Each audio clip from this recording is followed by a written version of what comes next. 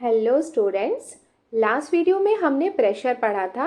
इस वीडियो में हम पढ़ने वाले हैं बॉयंट फोर्स और आर्किमिडीज प्रिंसिपल। देखो यहाँ पे हमें एक ट्राई दिस दिया हुआ है। Take a plastic bottle and fix the lid tightly. तो हमने क्या किया, एक प्लास्टिक बॉटल लिया और उसका लिड मतलब उसका जो ढक्कन था उसको हमने टाइटली बंद कर दिया। Now place it in water and see. अब हम उसको वाटर में रखते हैं और देखते हैं। It will float on water. तो हम देखते हैं कि ये वाटर में फ्लोट हो रहा है। Try and push it into the water. इसको हम ट्राई करेंगे और पुश करेंगे वाटर के अंदर। Even when pushed it continues to float. और अगर हम इसको पुश करेंगे तो ये अंदर के साइड जाए, बट ये वापस से क्या करेगा, फ्लोट होने लगेगा, उसको हम छोड़ देंगे तो। This experiment can also be done with a plastic hollow ball. तो अगर ये एक्सपेरिमेंट हमको देखना है फ्लोटिंग वाला, तो हम एक हॉलो प्लास्टिक बॉल ले सकते हैं। हॉलो प्लास्टिक बॉल मतलब जो अंदर से खाली हो। Now fill the bottle with water to the fullest capacity and close the lid and release in water. अब हमने बॉटल को वाटर से फुल कर दिया, जितना पानी उसमें आ सकता था उसको फुल कर दिया, उसके लिड को क्लोज किया और उसको वाटर में रिलीज कर दिया। Inside the water the bottle will float inside the water. तो यहाँ पे हम देख सकते हैं कि बॉटल जो है वो पानी के अंदर यहाँ पे फ्लोट कर रही है। मतलब ये जो बॉटल है जिसके अंदर पानी भरा हुआ है वो बिल्कुल बॉटम में भी नहीं आएगी और इसके सरफेस में भी फ्लोट नहीं करेगी। यहाँ पे इनसाइड द वाटर वो फ्लोट करेगी। Why does this happen? ऐसा क्यों हो रहा है? The empty plastic bottle floats on the surface of water. ये हम देख सकते हैं कि एम्प्टी बॉटल जो है वो वाटर के सरफेस में फ्लोट कर रही है। On the contrary the bottle full of water floats inside water but does not go to the bottom. और यहाँ पे हमने दूसरी बॉटल जिसके अंदर हमने वाटर फिल किया था वो पानी के यहाँ पे मिडल में फ्लोट करती रहेगी, बिल्कुल बॉटम में नहीं जाएगी। The weight of the empty bottle is negligible as compared with the weight of the water inside। जिसमें पानी भरा हुआ है और जो एम्प्टी बॉटल है, अगर इन दोनों के वेट को हम कंपेयर करेंगे तो इसका वेट इसके वेट के सामने नेग्लिजिबल है। नेग्लिजिबल मतलब बहुत कम है इसका वेट और इसका वेट ज्यादा है। Such a bottle with water neither floats on the surface nor does it go to the bottom। तो वो बॉटल जिसके अंदर वाटर भरा हुआ है वो इसके बॉटम में भी नहीं जाएगी और इसके सरफेस में भी फ्लोट नहीं करती है। This means the force due to gravity acting downwards Fg must have been balanced by an opposing force in the upward direction on the bottle filled with water। जो बॉटल यहाँ पे पानी से भरी हुई है वहां पे टू फोर्सेस काम कर रहे हैं। कौन कौन से टू फोर्सेस? ग्रेविटेशनल फोर्स और buoyant force. Force must have originated from the water surrounding the bottle. देखो ग्रेविटेशनल फोर्स तो आप सभी को पता है कि किसी भी ऑब्जेक्ट के वेट के कारण जो नीचे के साइड जो वेट लगता है, देखो यहाँ पे जो एरो नीचे आ रहा है वो क्या है? ग्रेविटेशनल फोर्स है। बट अगर हम लिक्विड की बात करें, एयर की नहीं, अगर लिक्विड की बात करें तो लिक्विड में एक और फोर्स काम करता है जिसे हम कहते हैं बॉयंट फोर्स। और बॉयंट फोर्स को हम अप थ्रस्ट भी कहते हैं। जो बॉयंट फोर्स है वो हमेशा अपवर्ड डायरेक्शन में काम करता है, मतलब वो किसी ऑब्जेक्ट को ऊपर की ओर लेके जाता है। The upward force acting on the object in water और अदर फ्लूइड और gas is called buoyant force. तो बॉयंट फोर्स को हम Fb से रिप्रेजेंट कर रहे हैं। अपवर्ड फोर्स का मतलब है जो ऊपर के साइड लगता है, जो किसी भी ऑब्जेक्ट में उसको ऊपर की तरफ ले जाने की कोशिश करता है। और वो किस में काम करता है? बॉयंट फोर्स वाटर और अदर लिक्विड और गैस। एयर में काम नहीं करता है। बॉयंट फोर्स के लिए एक लिक्विड मीडियम होना चाहिए या फिर गैस होना चाहिए। इसका मतलब है कि ऑब्जेक्ट में एक फोर्स जो उसको ऊपर की तरफ ले जाने की कोशिश करता है उसे हम कहते हैं बॉयंट फोर्स, जो काम करता है लिक्विड मीडियम में और गैस में। आई होप बच्चों तुमको बॉयंट फोर्स समझ में आ गया है कि अगर लिक्विड मीडियम हो तो कोई भी ऑब्जेक्ट ऊपर की तरफ जो मूव करता है या ऊपर की तरफ जो जाता है उसे हम कहते हैं बॉयंट फोर्स। देखो ये बॉटल और बॉल जो है इनका वेट बहुत कम है और इनका वेट बहुत कम होने के कारण ग्रेविटेशनल फोर्स से ज्यादा यहाँ पे बॉयंट फोर्स काम कर रहा है, जिसके कारण ये ऊपर की तरफ क्या कर रही हैं, फ्लोट कर रही हैं, क्योंकि यहाँ पे बॉयंट फोर्स ज्यादा है ग्रेविटेशनल फोर्स से। लेकिन ये बॉटल का वेट काफी ज्यादा है क्योंकि इसके अंदर लिक्विड भरा हुआ है, तो यहाँ पे बॉयंट फोर्स और ग्रेविटेशनल फोर्स दोनों यहाँ पे काम कर रहे हैं, जिसके कारण ये क्या कर रहा है, यहाँ पे बीच में तैर रहा है। और जब ग्रेविटेशनल फोर्स ज्यादा हो जाता है और बॉयंट फोर्स कम हो जाता है तो जो ऑब्जेक्ट होता है वो सिंक हो जाती है और इसके बॉटम में आ जाती है।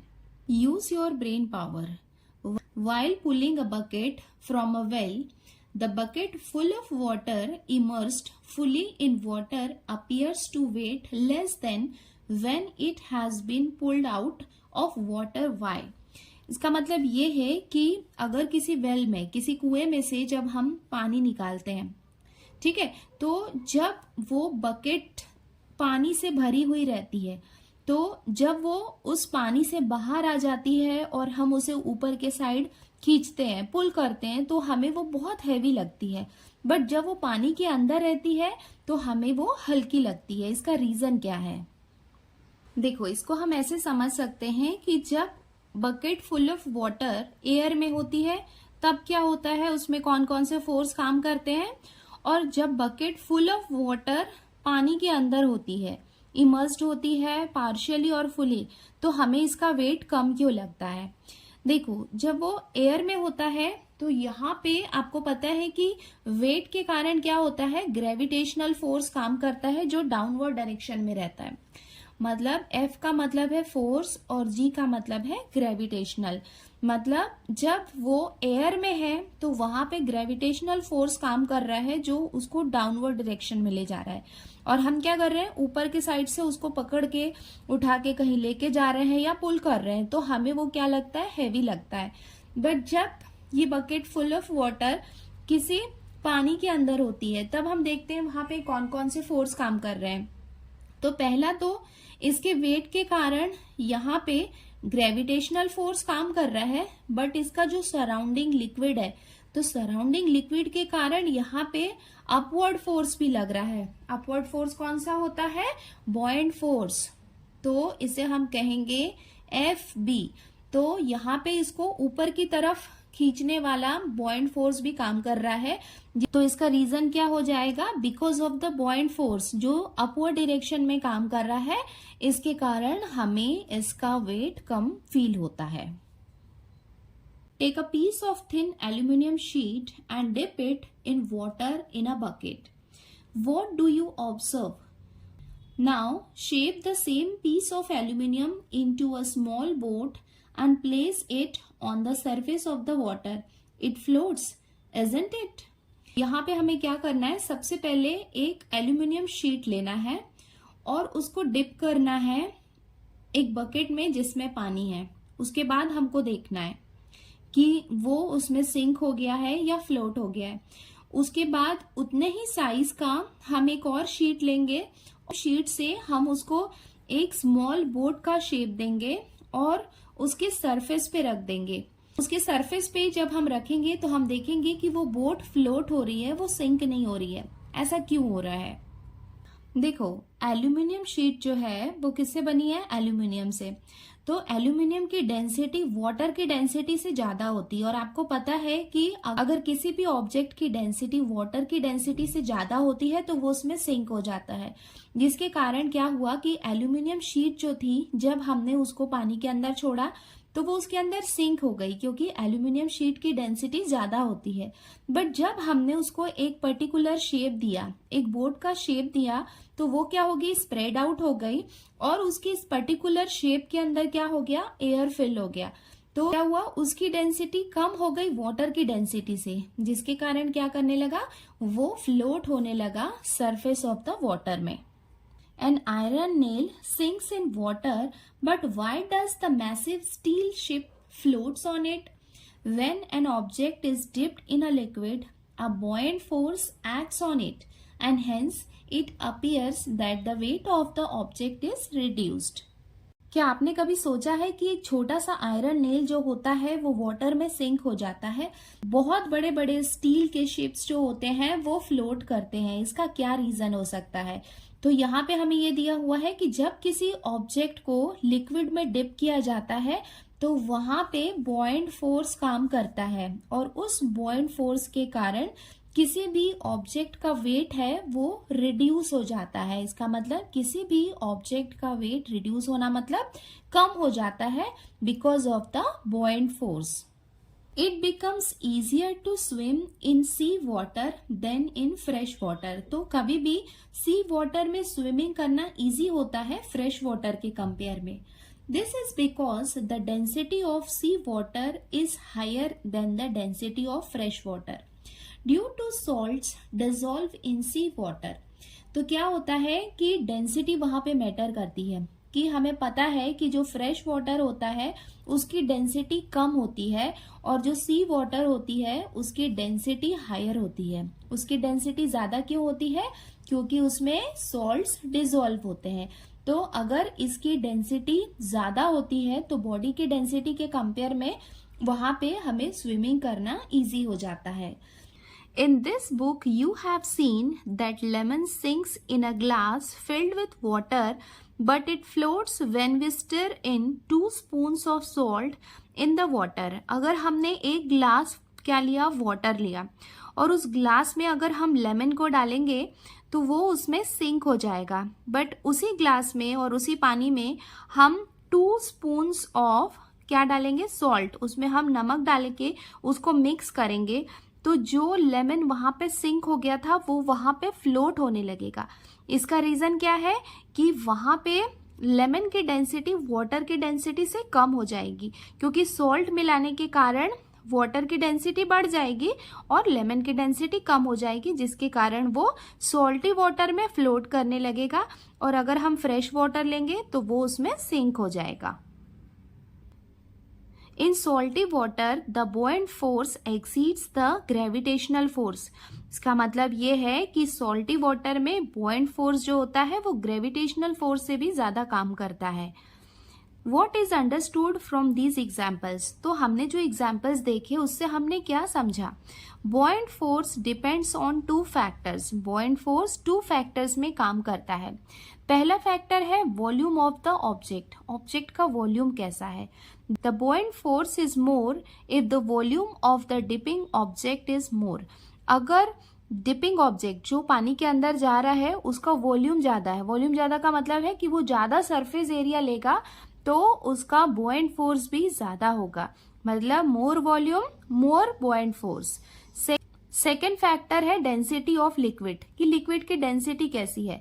More the density of liquid more is the force of buoyancy. इसका मतलब ये है कि अगर लिक्विड की डेंसिटी ज्यादा होगी तो वहां पे फोर्स ऑफ बायोन्सी बुओयंट फोर्स वहां पे ज्यादा होगा। जैसे यहाँ पे एग्जांपल्स में हमने देखा था ना कि अगर सॉल्टी वाटर था तो वहां पे लेमन फ्लोट करने लग गया। इसका अगर लिक्विड की डेंसिटी ज्यादा होगी तो वहां पे बुओयंट फोर्स भी ज्यादा काम करेगा। तो इसको हम कैसे समराइज कर सकते हैं? मोर volume more बुओयंट force, more density, more buoyant force. Do you know how is it decided that an object left in liquid will get sink in the liquid, will float on the surface or will float inside the liquid? तो अगर किसी object को हम किसी liquid में डालते हैं, left in liquid मतलब हमने किसी ऑब्जेक्ट को अगर लिक्विड में डाला तो वो सिंक करेगा या फ्लोट करेगा या फिर बीच में रहेगा, मतलब बिल्कुल बॉटम में भी नहीं जाएगा और फ्लोट भी नहीं करेगा, मिडल में रहेगा। देखो यहाँ पे 3 कंडीशन दी हुई है। 1, the object floats if the buoyant force is larger than it's weight. अगर किसी ऑब्जेक्ट का buoyant फोर्स उसके वेट से ज्यादा होता है तो ऑब्जेक्ट फ्लोट करता है। 2, the object sinks if the buoyant force is smaller than its weight। अगर किसी ऑब्जेक्ट का buoyant फोर्स उसके वेट से कम होता है तो ऑब्जेक्ट सिंक हो जाता है। Third, the object floats inside the liquid if the buoyant force is equal to its weight. अगर किसी ऑब्जेक्ट का बॉयंट फोर्स और उसका वेट इक्वल होता है तो वो ऑब्जेक्ट लिक्विड के अंदर फ्लोट करता रहता है। Which forces are unbalanced in the above cases. तो यहाँ पे 3 केसेस हमें दिए हुए हैं, इनमें से कौन कौन से केसेस हैं जहां पे अनबैलेंस्ड है, जो फोर्सेस है ना वो अनबैलेंस्ड है। तो यहाँ पे कौन कौन से फोर्सेस हैं, 2 फोर्सेस काम करते हैं लिक्विड के अंदर। एक तो होता है बॉयंट फोर्स और दूसरा होता है ग्रेविटेशनल फोर्स। तो यहाँ पे फर्स्ट और सेकंड केस जो है वो क्या है, अनबैलेंस्ड है, क्योंकि फर्स्ट वाले कंडीशन में बॉयंट फोर्स ज्यादा है ग्रेविटेशनल फोर्स से, तो ऑब्जेक्ट फ्लोट कर रहा है। सेकेंड वाले कंडीशन में ग्रेविटेशनल फोर्स ज्यादा है बॉयंट फोर्स से, तो ऑब्जेक्ट वहां पे सिंक हो रहा है। तो थर्ड केस में बॉयंट फोर्स और ग्रेविटेशनल फोर्स दोनों इक्वल है, जिसके कारण ऑब्जेक्ट मिडल में फ्लोट कर रहा होता है। थर्ड वाले केस में अनबैलेंस्ड 0 होगा और फर्स्ट और सेकंड जो है वो अनबैलेंस्ड होगा। Archimedes principal. अब हम देखते हैं कि आर्किमिडीज प्रिंसिपल क्या होता है। Take a long rubber band and cut it at one point. तो हमने क्या लिया, एक लॉन्ग बड़ा सा रबर बैंड लिया और उसको वन एंड में कट करके स्ट्रेट कर लिया। At one of its end tie a clean washed stone और 50 gram weight as shown in figure 3.11। तो हमने क्या किया, एक रबर बैंड लिया, उसको कट करके स्ट्रेट कर लिया और उसके वन कॉर्नर पे एक स्टोन को हमने टाई कर लिया। Now hold the other end of the rubber band and make a mark there. तो हमने क्या किया, रबर बैंड के दोनों साइड को पकड़ा और उसको मार्क कर लिया। मार्क करने का मतलब हम रबर बैंड की साइज देख रहे हैं कि उसकी लेंथ कितनी है। The stone hanging in air and measure the length of the rubber band from the stone to the mark made earlier। तो हमने सबसे पहले रबर बैंड की लेंथ मेजर कर ली थी। उसके बाद सेकेंड कंडीशन में हमने उसमें स्टोन बांधा तो ऑब्वियसली इसके वेट के कारण क्या होगा, रबर बैंड की लेंथ लंबी हो जाएगी। तो उसके बाद सेकेंड कंडीशन में हमने यहाँ पे इसकी लेंथ मेजर की। Now take water in a pot and hold the rubber band at such a height that the stone sinks in it। उसके बाद थर्ड कंडीशन में हमने वाटर लिया और सेम रबर बैंड जिसमें स्टोन बंधा हुआ था उसको हम पानी के अंदर लेके आते हैं। Again measure the length of the rubber band up to the mark. अभी थर्ड कंडीशन में क्या किया, हमने सेम रबर बैंड जिसमें स्टोन बंधा हुआ था उसको हम वाटर के अंदर लेके आते हैं। तो वाटर के अंदर लेके आते हैं तो हमें ये पता है कि ऑब्जेक्ट का वेट कम हो जाता है वाटर के अंदर। तो अगर इसका वेट कम हो जाएगा तो रबर बैंड की लेंथ जो है वो थोड़ी सी कम हो जाएगी। What is observed? This length is shorter than the earlier length। तो एयर में जितनी रबर बैंड की लेंथ थी, पानी के अंदर उसकी लेंथ कम हो जाएगी। While dipping the stone in water, length of the stretched rubber gets slowly reduced and is minimum when it sinks completely। तो हम क्या करेंगे, जैसे ही यहाँ पे इसको लेके आते हैं, जब ये पार्शियली डिप होता है तो वैसे ही रबर बैंड की लेंथ कम होने लगती है और जब ये कंप्लीटली इसमें सिंक हो जाता है तो उसकी लेंथ और कम हो जाती है। What could be the reason for the shorter length of the rubber band in water? तो वाटर के अंदर रबर बैंड की लेंथ जो है वो शॉर्ट हो जाती है, इसका क्या रीजन हो सकता है। When the stone is sunk in water, a buoyant force acts on it in the upward direction। तो जैसे ही ये क्या होता है, पानी के अंदर जाता है स्टोन, तो इसमें अपवर्ड डायरेक्शन में buoyant फोर्स काम करने लगता है, जिसके कारण इसका वेट कम हो जाता है। The weight of the stone acts downwards, therefore the force which acts on it in the downward direction is effectively reduced। तो डाउनवर्ड डायरेक्शन में इसका वेट काम करता है, मतलब ग्रेविटेशनल फोर्स काम करता है, और अपवर्ड डायरेक्शन में बॉयंट फोर्स काम करता है। तो अपवर्ड डायरेक्शन में भी इसमें एक फोर्स काम कर रहा है लिक्विड के अंदर, जिसके कारण इसका वेट कम हो जाता है। और अगर इसका वेट कम हो जाता है तो रबर बैंड की लेंथ भी कम हो जाती है। How much is the magnitude of the buoyant force? Buoyant force का मैग्नीट्यूड कितना है? मैग्नीट्यूड का मतलब बॉयंट फोर्स की क्वांटिटी कितनी ज्यादा है।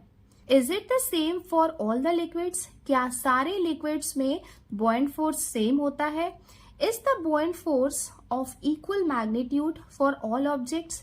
और जितने भी ऑब्जेक्ट्स होते हैं क्या उन सब में बॉइंट फोर्स सेम काम करता है? The answer to these questions are embodied in Archimedes principle. तो ये क्वेश्चन का आंसर हमें आर्किमिडीज प्रिंसिपल से मिल सकता है। दिस प्रिंसिपल स्टेट्स दैट, तो आर्किमिडीज प्रिंसिपल क्या है? देखो यहां से लेके यहां तक का हमको दिया हुआ है, ये क्या है? आर्किमिडीज प्रिंसिपल है।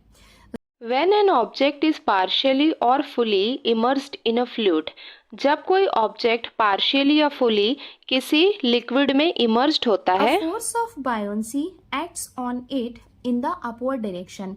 तो उस ऑब्जेक्ट में फोर्स ऑफ बायोन्सी जो है काम करता है अपवर्ड डायरेक्शन में। This force is equal to the weight of the fluid displaced by the object. तो ये फोर्स किसके इक्वल होता है? Weight of the fluid displaced by the object. मतलब ऑब्जेक्ट जितने फ्लूइड को डिस्प्लेस कर रहा है, मतलब अगर हम किसी ऑब्जेक्ट को किसी पानी में डालते हैं तो वो वहां से डिस्प्लेस करता है कि नहीं, वहां से वाटर को, वहां से लिक्विड को हटा देता है। तो उस हटाए हुए पानी को, उस डिस्प्लेस्ड फ्लूइड का जितना वेट होता है उसके इक्वल होता है ये बॉइंट फोर्स।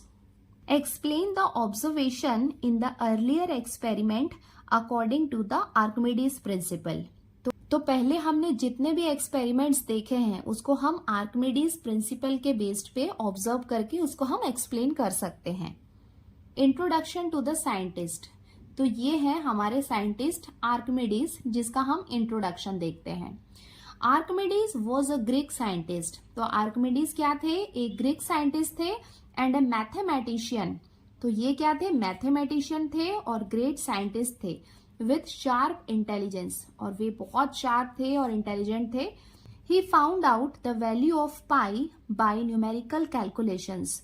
तो न्यूमेरिकल कैलकुलेशंस करके उन्होंने पाई की वैल्यू फाइंड आउट की थी। तो पाई आप पढ़ते हो ना मैथ्स में, वही पाई, उनको उस पाई की वैल्यू को किसने डिस्कवर किया था? आर्किमिडीज ने। His knowledge of levers, pulley, wheels in physics was useful to the Greek army in fighting against the Roman army. तो इनकी जो नॉलेज थी उनको ग्रीक आर्मी यूज करती थी किसके against? Fight against Roman army. तो जब ग्रीक आर्मी और रोमन आर्मी की आपस में फाइट होती थी तो ग्रीक आर्मी इनके नॉलेज को यूज करती थी फाइट में। He became famous due to his work in geometry and mechanics. तो वो बहुत ही फेमस हो गए थे क्योंकि उन्होंने ज्योमेट्री में और मैकेनिक्स में बहुत सारा काम किया था। When he entered a bathtub for taking bath, तो जब एक बार वो नहाने जा रहे थे तो वो किसके अंदर गए? बाथ टब के अंदर गए। He discovered the above principle by observing the overflowing water। तो जैसे ये बाथ टब के अंदर गए तो ऑब्वियसली जब बाथ टब के अंदर जाते हैं तो पानी ओवरफ्लो होके बाहर निकलने लगता है। तो उसको उन्होंने ऑब्जर्व किया और ये आर्किमिडीज प्रिंसिपल दिया। He came out in the same state shouting. तो जैसे वो नहा रहे थे वो वैसे ही भागते भागते बाहर आ गए और बोलने लगे eureka eureka, meaning I found it, I found it.